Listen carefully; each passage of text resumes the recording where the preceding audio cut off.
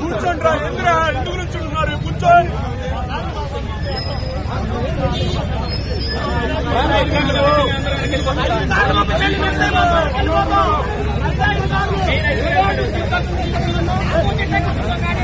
Current తెప్పించు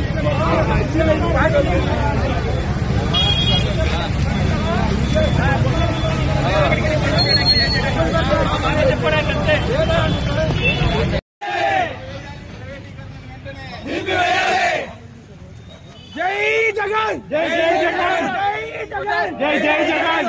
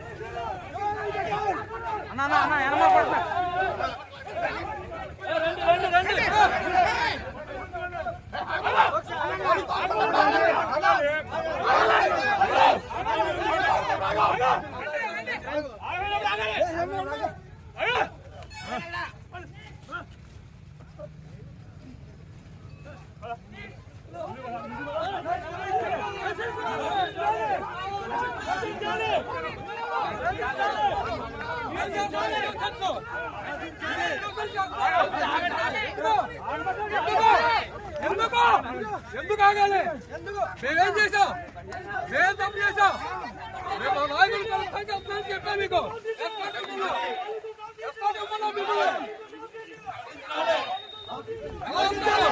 ఎలా కొడతారు మీరు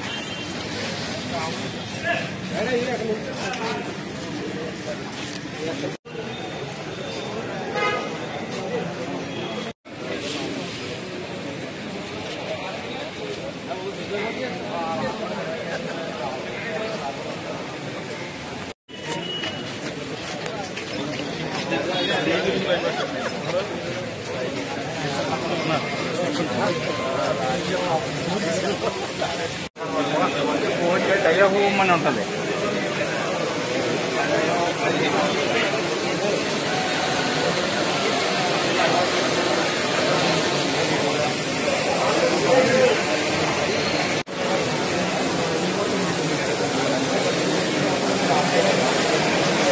నా ఫోన్ ఎవరు తీయాలి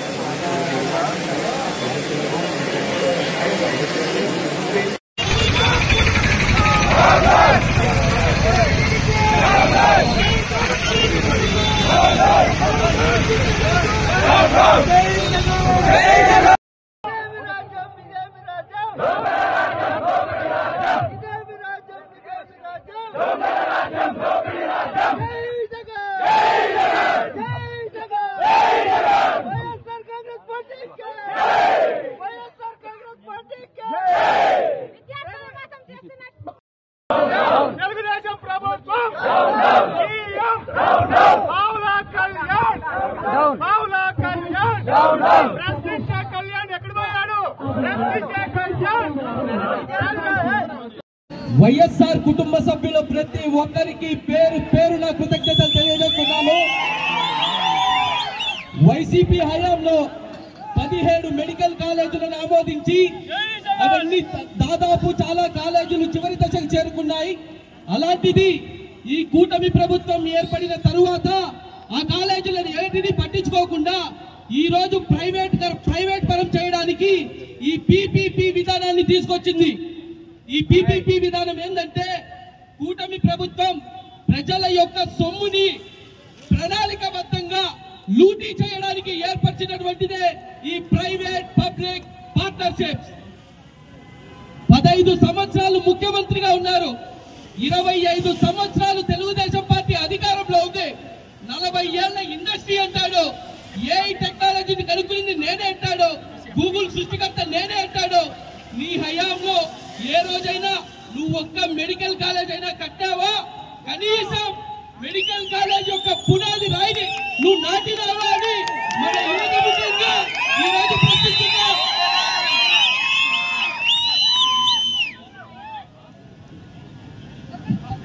మన దివంగత ప్రీతమ నేత వైఎస్ రాజశేఖర రెడ్డి గారి హయాంలో 5 మెడికల్ కాలేజీలను నిర్మించాడు.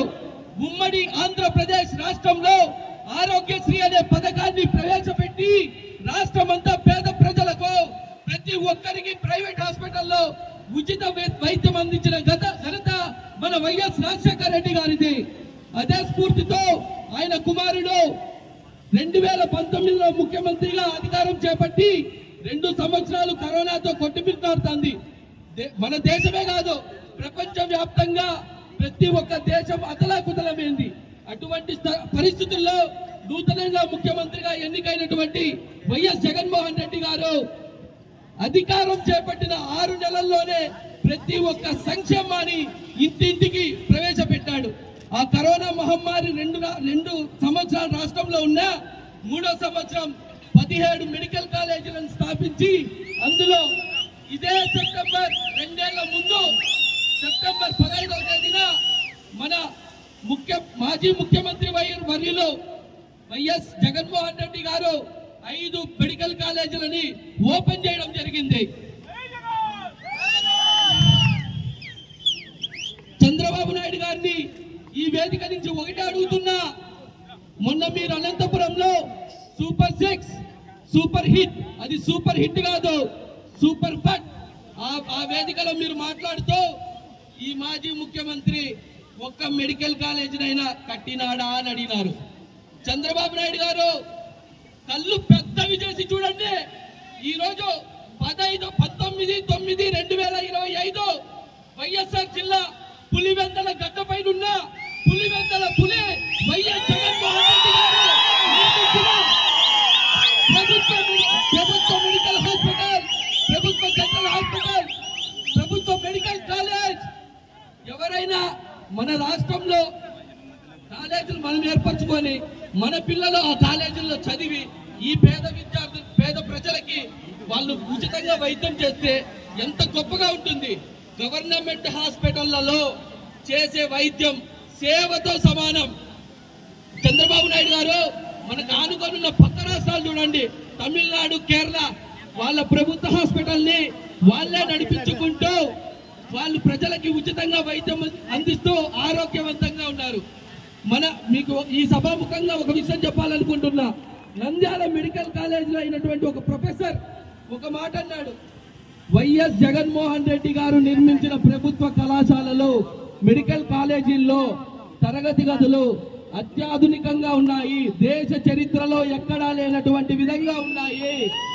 ఆయన ఏ స్వార్థం కోసమో, ఆయన స్వార్థితంగా సంపాదించుకోవడం కోసమో ఈ మెడికల్ కాలేజీలని కట్టలేదు.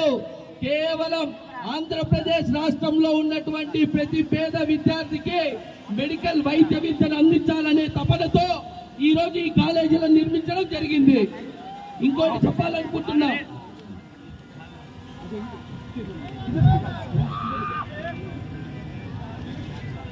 మీ అందరికీ ఒకటే చెప్తున్నా, ఈ ప్రభుత్వ మెడికల్ కళాశాలలో ఆంధ్రప్రదేశ్ భవిష్యత్తుకు సంబంధించిన విషయం. ఈ ప్రభుత్వ మెడికల్ కాలేజ్ ఆంధ్రప్రదేశ్ ఒక వైద్య విద్యకు సంబంధించిన విషయం. ఈ ప్రభుత్వ మెడికల్ కాలేజ్ పేద బడుగు బలహీన వర్గాలకు సంబంధించిన విషయం. మన భవిష్యత్తును తీసుకొని పోయి ఎవరో ప్రైవేట్ వాళ్ళ కాళ్ళ దగ్గర తాకట్టు పెడితే మీ పెత్తందారుతనాన్ని, మీ పెత్తందారుల వినాదాన్ని పీకటి వేళ్లతో సైతం పెకలించి మిమ్మల్ని మోకాళ్ళ కింద కూర్చోబెట్టే రోజు దగ్గరలోనే ఉంది చంద్రబాబు నాయుడు గారు. ఈ రాష్ట్రంలో మీరంతా గమనించినట్టయితే డాక్టర్ బిఆర్ అంబేద్కర్ రచించిన రాజ్యాంగాన్ని ఈ రాష్ట్రంలో రెడ్ బుక్ తో రీప్లేస్ చేస్తారు. వాళ్ళ కొడుకు ఏం పుస్తకాలు ఉన్నాయో ఏమో తెలియదు. ఏమన్నంటే స్టాన్ఫోర్డ్ అంటాడు, హార్వర్డ్ అంటాడు. అది అందరికీ తెలిసింది.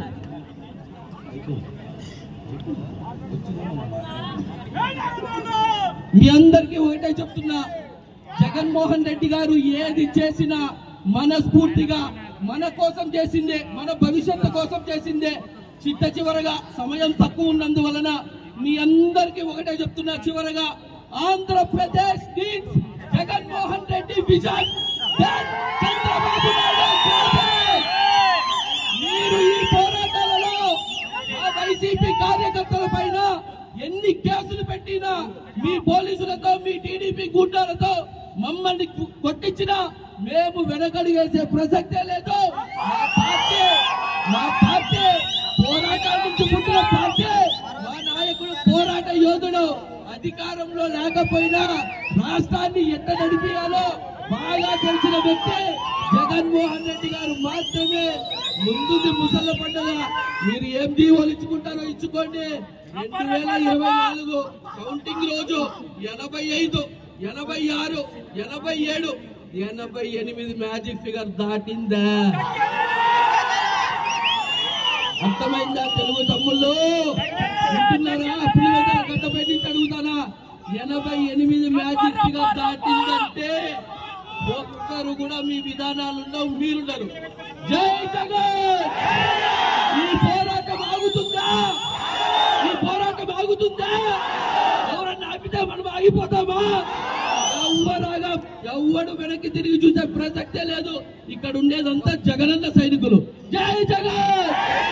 జై వైఎస్ఆర్సీపీ! జై వైఎస్ఆర్సీపీ!